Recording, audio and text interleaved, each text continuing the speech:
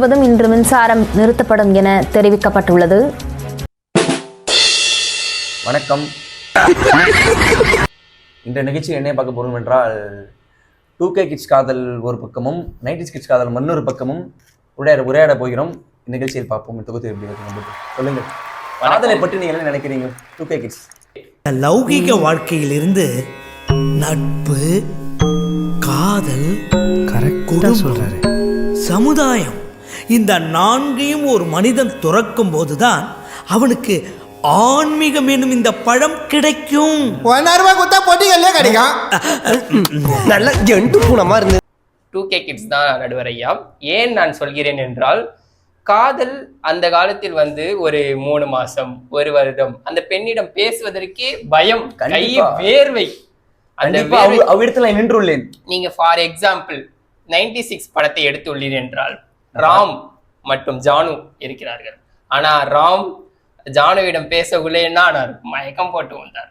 மயக்கம் போட்டு மல்லாக்க வந்தார். அதுதான் 90s காதல்.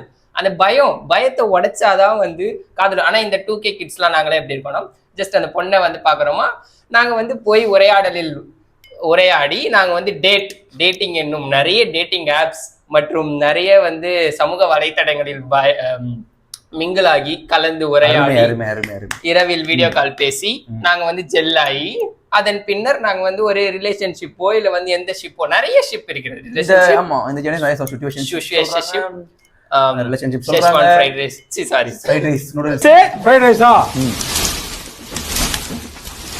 எல்லாமே இதுல எந்த ஷிப் எங்களுக்கு செட் ஆகுமோ நாங்க அந்த ஷிப்பிடம் இருந்து கடலோட்டி எங்கள் வாழ்க்கையை வேண்டுகொள்ளும். ஆனால் இந்த 90s கிட் அப்படின்னு சொல்லிக்கொண்டு இன்னும் வரை தாடியை வளர்த்து கொண்டு பெண்களை தூரத்திலிருந்து பார்த்து கொண்டு அவர்களை கை கொட்டு கும்பிடியே வழிபடுகிறார்கள். அவர்கள் என்ன தெய்வமா? தெய்வம் தான், நான் தெய்வம் இல்லைன்னு என்று சொல்லவில்லை. ஆனால் இவ்வளவு பயம் எதற்கு? அதுதான் என்னுடைய முற்று கேள்வியாக. இப்போ நீங்க எடுத்துக்கிட்டீங்கன்னா 90s கிட்ஸ் அப்படின்னு எத்தனை பெண்களை நீங்க பார்க்கிறீர்கள்? ஆண்கள் மட்டும்தான் இன்னும் கல்யாணம் ஆகாமல் சுத்தி கொண்டிருக்கிறார். 90s கிட்ஸ் ஒரு பெண் தான் பார்ப்பாங்க. கடைசி வரைக்கும் ஒரு பெண்ணிடம் மட்டும் ஒரு பெண் உண்மையா இருப்பா. அந்த பெண் கல்யாணம் செய்து விட்டு அவர்களை பெற்று கொண்டு போய்விடால். இவர தாடியை வளர்த்து கொண்டு தாடியில் உள்ள பூமா சுத்தி கொண்டு வாடிக்கொண்டு இந்த மாதிரி இருந்தா வேலைக்காவாதா? நீங்களே சொல்லுங்கள். இப்படி சொல்லி என்னோட உரையாடலில் ஃபர்ஸ்ட் பார்ட்டை நான் நிறைவு செய்வேன். கண்டிப்பா நம்ம அருமை நண்பர் விக்கி அவர்கள் 2K கிட்ஸ் தான் பெஸ்ட் என்று சொல்லி எத்தாக பேசியுள்ளார். மறுபக்கம் மாறன் அவர்கள் 90s கிட்ஸ் காதலை பத்தி பேச உள்ளார், தயாராக உள்ளார். நேர்களே எல்லாருக்கும் வரணும். எல்லாம் என் நேரம்.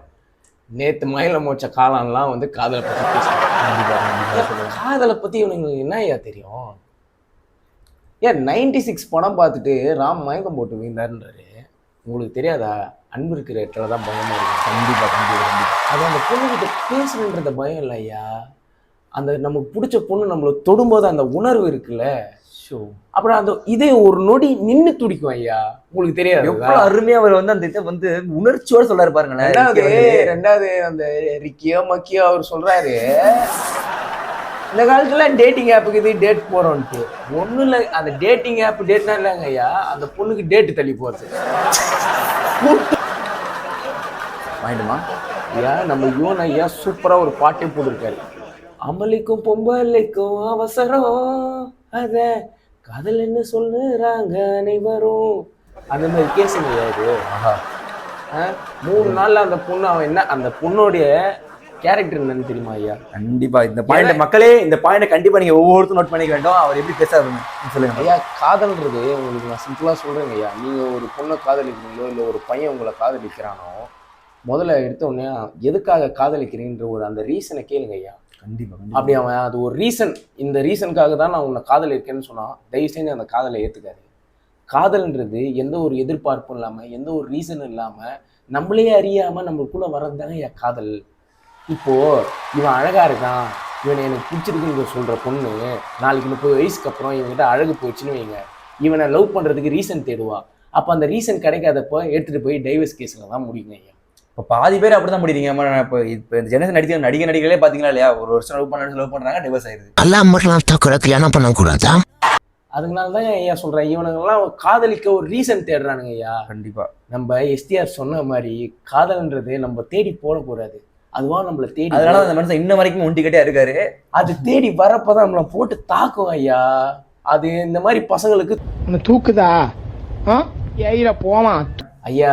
அந்த பக்கி சொல்றாரு, தூரத்துல இருந்து பார்த்து காதலிக்கிறோம் ஐயா. நம்ம மனசுக்கு பிடிச்ச பொண்ணு அந்த தூரத்துல இருக்கும்போது அவ சிரிக்கிற சிரிப்பும் அவன் நடக்கிற நடையும் பார்த்துக்கிட்டே இந்த ஜென்மத்தை ஓட்டிடலான்னு தோணுங்க ஐயா. அதாங்க ஐயா காதல்.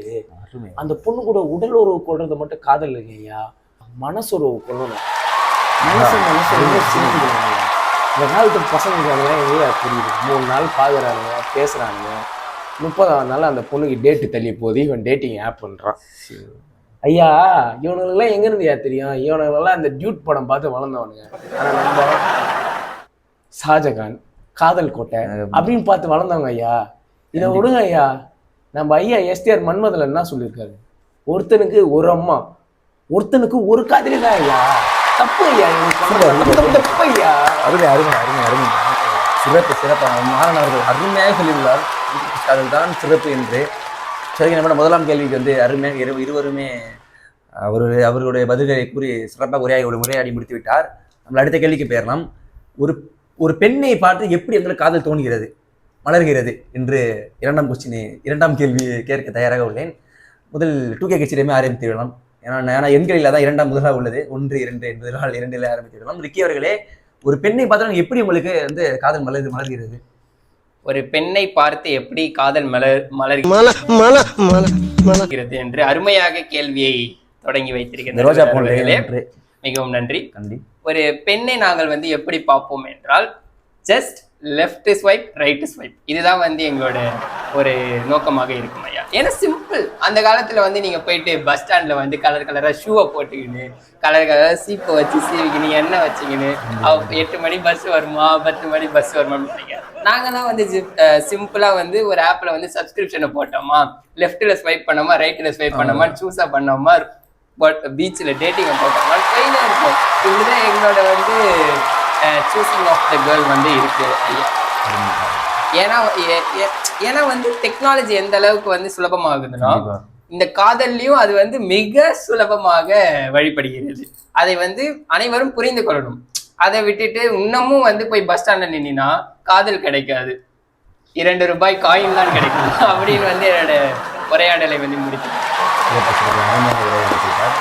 மறுபுறம் மாறன் வந்து 90s கிட்ஸ் தான் சிறப்பு என்று சொல்றாரு. கலர் கலராக சட்டை ஷூலாம் போட்டுன்னு போனால் பஸ் ஸ்டாண்டுக்கு காதல் கிடைக்காது, 2 ரூபாய் காயின் கிடைக்கும். கண்டிப்பாக தான் அவர் கூறினார். அதுவும் இல்லாமல் டெக்னாலஜி வந்துட்டு போயிடுச்சு. லெஃப்ட் ஸ்வைப்பு, ரைட் ஸ்வைப்பா ஐயா? ஐயா இது வந்து ஒரு பெண்ணை வந்து தேர்ந்தெடுக்கிறதுக்கூடிய ஒரு விதிமுறையா ஐயா? இதெல்லாம் அருமையான கேள்வி. இல்லை ஐயா, அவர் சொல்கிறாரு லெஃப்ட் ஸ்வைப், ரைட் ஸ்வைப் ஆச்சு ஐயா. காதல்ன்றது அது வந்து சுத்தமாக காதலே கிடையாதுங்க ஐயா. ஒரு பொண்ணை இடதுபுறமும் வலதுபுறமும் திருப்பி பார்ப்பது காதலா ஐயா? அது பொண்ணா, அது காதலா இல்லை காகிதமா ஐயா?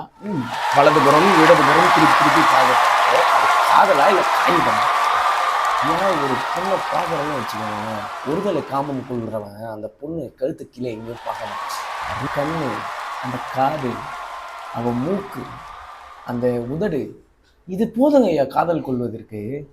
அதை விட்டுட்டு டேட்டிங் ஆப்பில் அழகு ஒரு ட்ரெஸ்ஸை பார்த்தா இடது போகிறோம் வளைக்கிறதும், அமிதாப் மாமா மாதிரி சாரி கட்டினது தான் வலது போகிறோம்.